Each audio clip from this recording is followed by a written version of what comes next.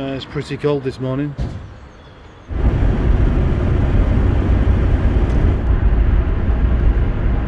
(6:13) M62, about 15 miles in.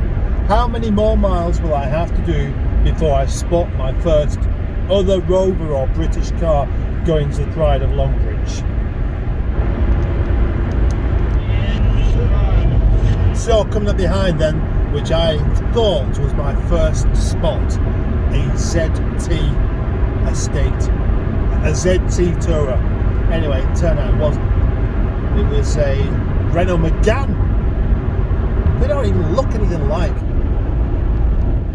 Here we are, just about to pull into Kiel services, which means that this whole trip so far, I've not seen one other British car. Not even one. That shows just how desperate we've become.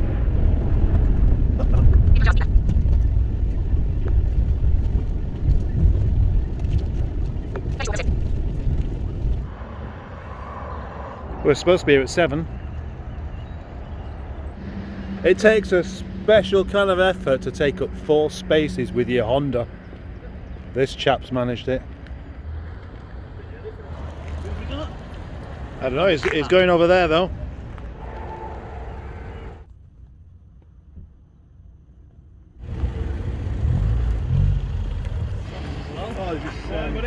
Johnny's old car. Yeah, it is Johnny's old car. Oh, I didn't bought that. I went. I ran out of cable ties. You know, find the same type for Who's this one?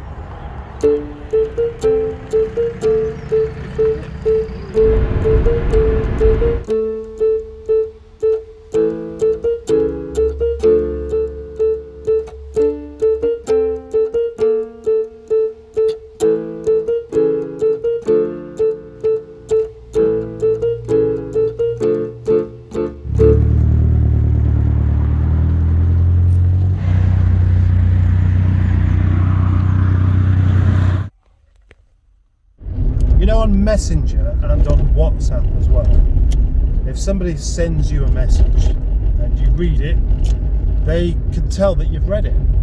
And this has one ever so slightly bad thing about it, and that is that you feel if you've read a message that you should be replying to it straight away, and if you don't, they've seen that you've read it and you're ignoring them, and that will lead you to rush a return message, and I don't like that at all.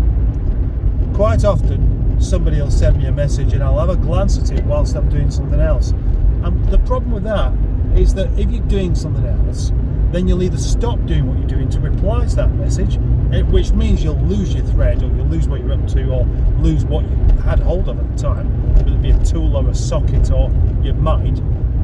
Just a simple message can set you back because of this notion that you must reply straight away, so as not to feel like you're being ignorant. When email first come about, it seemed like such a cool thing, because you could give somebody some information or ask for some information without butting in to what they were currently doing, which is what you would be doing if you phone them up. You get the information when they're ready to give it to you. They can finish what they're doing and then get back to you, whether it be in 10 minutes, an hour, or even the next day, when they've got that information. When somebody asks for some information from you and you don't have it to hand, with Messenger and WhatsApp, you feel like not only have you got to reply to them straight away, but you've got to give them the information straight away, or at least tell them that you can't give them the information straight away, but you will be able to do it later on and give them a time for doing exactly that. It leads to no end of cock-ups. More stickers find their way on the fridge of Final Destination. Already we had Lloyd Vehicle Consulting and Ali Mac Mechanical and Chaz Lee Tuning and DGMRs and Markham Motoring and Braveheart Scrapper, and a class of its own. But now we have Retro Rats as well. That belongs on the fridge. I told Chloe and Peggy that that's where it was going, because it's going to be seen. This sticker will be seen more on my fridge than it will be in the back of the car. Yeah, and because I don't put stickers in the car. And also Sheldon's Classic Britain, and this sticker is the wrong way round. And that's because that is a proper car sticker that goes on the inside of the window so it can be seen from the other side. It's brighter on the other side, but I put my stickers there. Yeah, I think you can see that. It's myself. Okay. So Simon, Yes. tell me about your car. It's red, it's got wheels.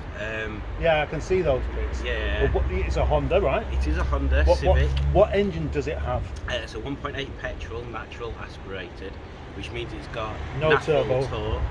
Yeah, Naff all torque. yeah. You have to rev it to get it going Is anywhere. it a VVC? Not VVC, like It's VTEC, but it's not like the Yo VTEC, loads of power VTEC. It's the oh, not like the old style VTEC stuff. No, it's like a bit of economy VTEC, which is another thing. It's got an economy button which you should try out and then regret your life decisions.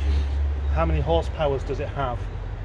I think it's 135. I'm not all that excited about this car now. Sorry about that. It's clean. Oh well, that's a start. Wow, it's clean. Oh, It's got magic seats. no, I'm interested in that. Yeah, I knew you would be. Honda Civic of a bit. Oh, shut up! Apologies for the noise going on in the background. That's just me, sorry about that. It's not you, it's a man with a saw, you daft twat. If you like cars,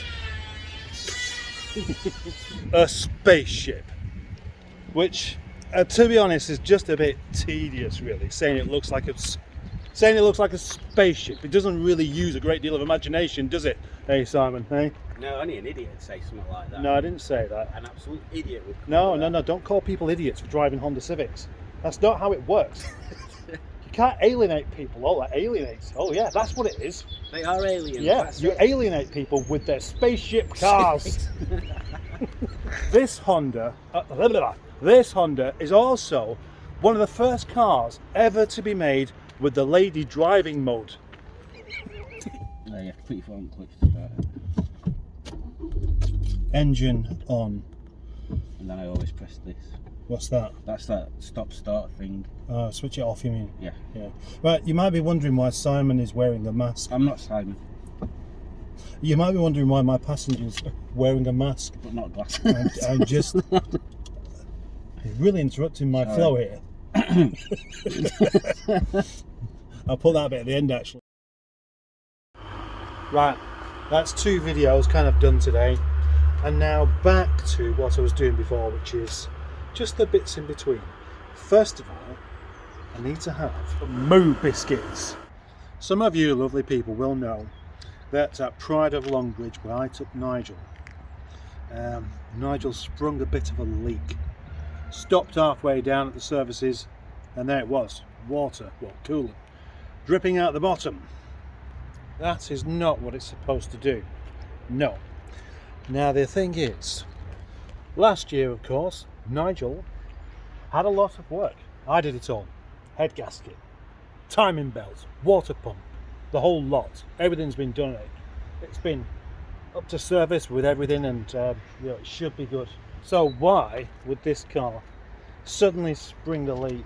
And it's not from one of the pipes. No, it's coming from what it looked like the block. So I took it into the garage and we had a good look. It turns out it's the thermostat housing.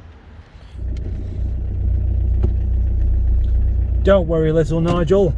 You won't go long without being fixed, I can tell you that.